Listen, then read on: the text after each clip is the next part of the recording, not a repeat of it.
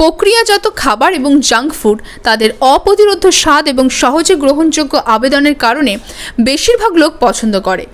যাই হোক, আমরা সম্ভবত যা জানি কিন্তু প্রায়শই উপেক্ষা করি তা হলো এই রেডি টু স্ন্যাক্স বা আকর্ষণীয় প্যাকেজযুক্ত খাবারগুলিতে ক্ষতিকারক পদার্থ থাকে, যেমন স্বাদবর্ধক হিসাবে এমএসজি, তাদের চেহারা উন্নত করার জন্য খাবারের রং, প্রিজারভেটিভ যা হার্টের স্বাস্থ্যকে প্রভাবিত করতে পারে, বা কৃত্রিম সুইটনার যা মানুষের জন্য কার্সিনোজেনিক হতে পারে। এর অর্থ হতে পারে যে আমরা আমাদের আনন্দে বা ব্যস্ত সময়ে যা খাচ্ছি তা বিভিন্ন স্বাস্থ্য ব্যাধিকে আমন্ত্রণ জানাতে পারে, যা আগামী বছর বা দশকগুলিতে জীবনকে আরও কঠিন করে তুলতে পারে। এটি সম্ভব যে জেনেটিক কারণে ক্যান্সার এড়ানো যায় না, তবে এটি হতে পারে জীবনধারা এবং খাদ্যের মতো বাহ্যিক কারণগুলিতে পরিবর্তন করে। এড়িয়ে চলুন। অনেক ধরনের গবেষণায় দেখা গেছে যে প্রায় 40% ক্ষেত্রে ক্যান্সারের কারণ বাহ্যিক কারণ। যদিও কোমল পানীয় দীর্ঘদিন ধরে সেবন করা হচ্ছে, আজকালের প্রবণতা রয়েছে মানুষের অসুবিধা সম্পর্কে সচেতন হওয়া সত্ত্বেও তারা এই ধরনের পানীয় পান করে। বলা হয়ে থাকে যে এগুলো অতিরিক্ত সেবন করলে স্থূলতা বাড়ে। স্থূলতা এক ধরনের রোগ যা পরবর্তীতে ক্যান্সারের কারণ হয়। ফাস্টফুড যেমন পিৎজা, বার্গার এবং অন্যান্য জিনিস স্বাস্থ্যের জন্য খুবই ক্ষতিকারক বলে মনে করা হয়। মানুষ জানে যে তারা শারীরিক ক্ষতি করবে, তবুও তারা ক্রমাগত সেবন করে। এগুলোকে জাঙ্ক ফুডও বলা হয় এবং বিশেষজ্ঞদের মতে এগুলো খেলে শরীরে রাসায়নিক যৌগ তৈরি হয়। এই রাসায়নিক যৌগগুলি শুধুমাত্র শরীরে ক্যান্সারের মতো গুরুতর রোগের কারণই নয়, বরং লিভারের ক্ষতি এবং বন্ধ্যাত্বের মতো গুরুতর সমস্যাও সৃষ্টি করে। অ্যালকোহলকে মারাত্মক রোগের সংগঠনে একটি গুরুত্বপূর্ণ কারণ হিসেবে বিবেচনা করা হয়। বলা হয় একটি অতিরিক্ত পরিমাণে সেবন করলে পাকস্থলী, স্তন, লিভার, মুখ ও গলার ক্যান্সারের মতো মারাত্মক রোগ হতে পারে। চিকিৎসকদের মতে অ্যালকোহল যত কম পান করা যায় তত ভালো। মানুষ অ্যালকোহল আসক্ত হয়ে পড়ে, যা তাদের জন্য খুবই বিপজ্জনক। WHO এর সোডিয়াম গ্রহণ কমানোর প্রথম বৈশ্বিক প্রতিবেদন দেখায় যে বিশ্বে 2025 সালের মধ্যে সোডিয়াম গ্রহণের 30% হ্রাস করার বৈশ্বিক লক্ষ্যমাত্রা অর্জনের পথ বন্ধ করে দিয়েছে। প্রতিবেদন মাত্র 5টি পর্যবেক্ষণ করা হয়েছে। WHO সদস্য রাষ্ট্রগুলির বাধ্যতামূলক এবং ব্যাপক সোডিয়াম হ্রাস নীতি দ্বারা সুরক্ষিত। স্বাস্থ্যের উন্নতির জন্য সীমিত পরিমাণে ফাস্টফুড, চিনি মিষ্টিযুক্ত পানীয়, লাল মাংস এবং অ্যালকোহল সহ একটি সুষম উদ্ভিদভিত্তিক খাদ্যের সুপারিশ করা হয়। সাধারণ ঝুঁকির কারণগুলির কারণে এই ধরনের জীবনযাত্রা ক্যান্সার এবং অন্যান্য অসংক্রামক রোগ উভয়ই প্রতিরোধ করতে সহায়তা করে। যদিও এই তথ্যগুলি সর্বজন বিদিত, পরিসংখ্যানগুলি এখনও উদ্বেগজনক। একটি ন্যূনতম 25 থেকে 38 গ্রাম খাদ্য তালিকাগত ফাইবার প্রয়োজন, যা একটি দিনে একটি ফল থেকে পাওয়া যায়। সঙ্গে 2 কাপ শাকসবজি এবং মসুর ডাল।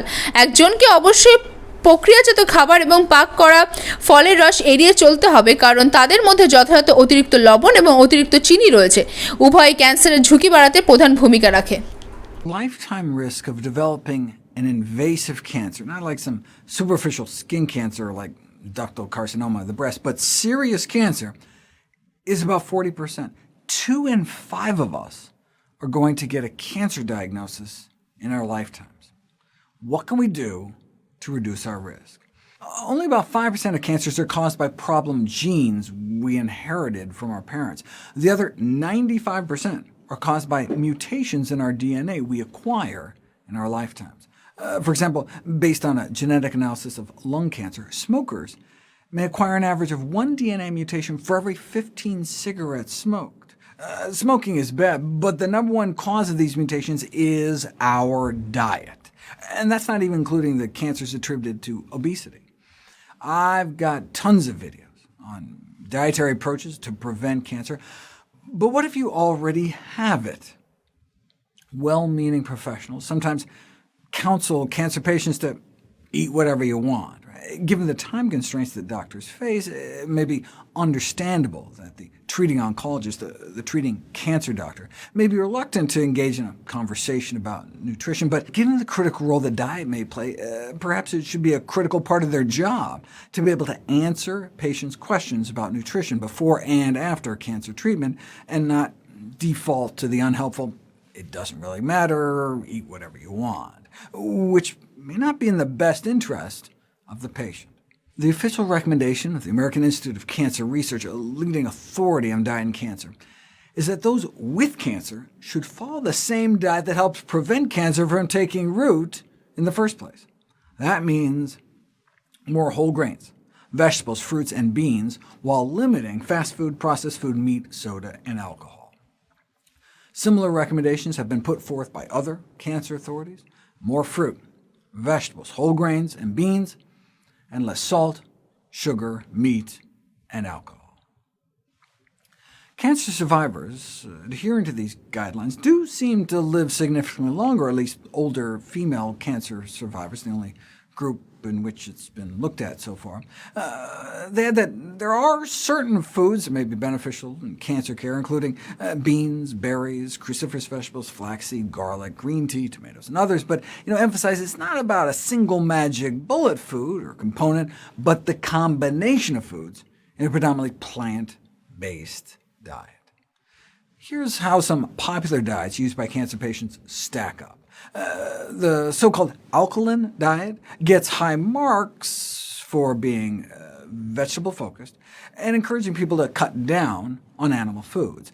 The keto diet does the worst, though they get points for keeping people away from refined grains, alcohol, and soft drinks.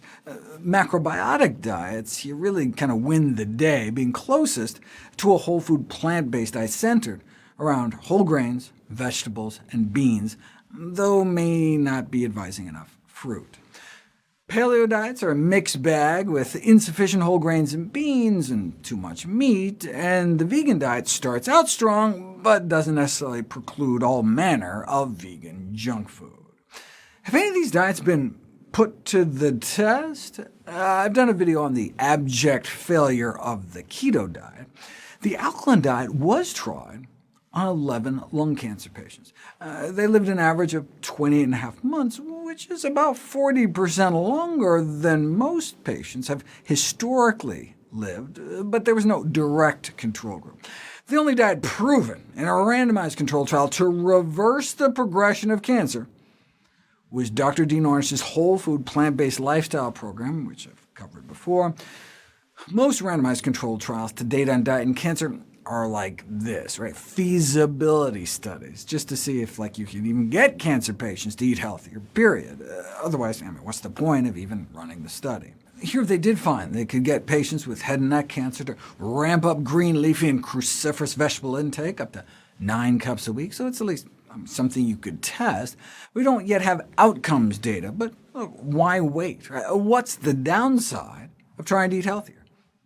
It may even save your life another way.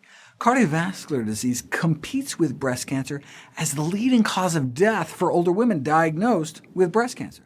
Researchers followed more than 60,000 women diagnosed with breast cancer over the age of 65 for an average of 9 years, by which time half had died.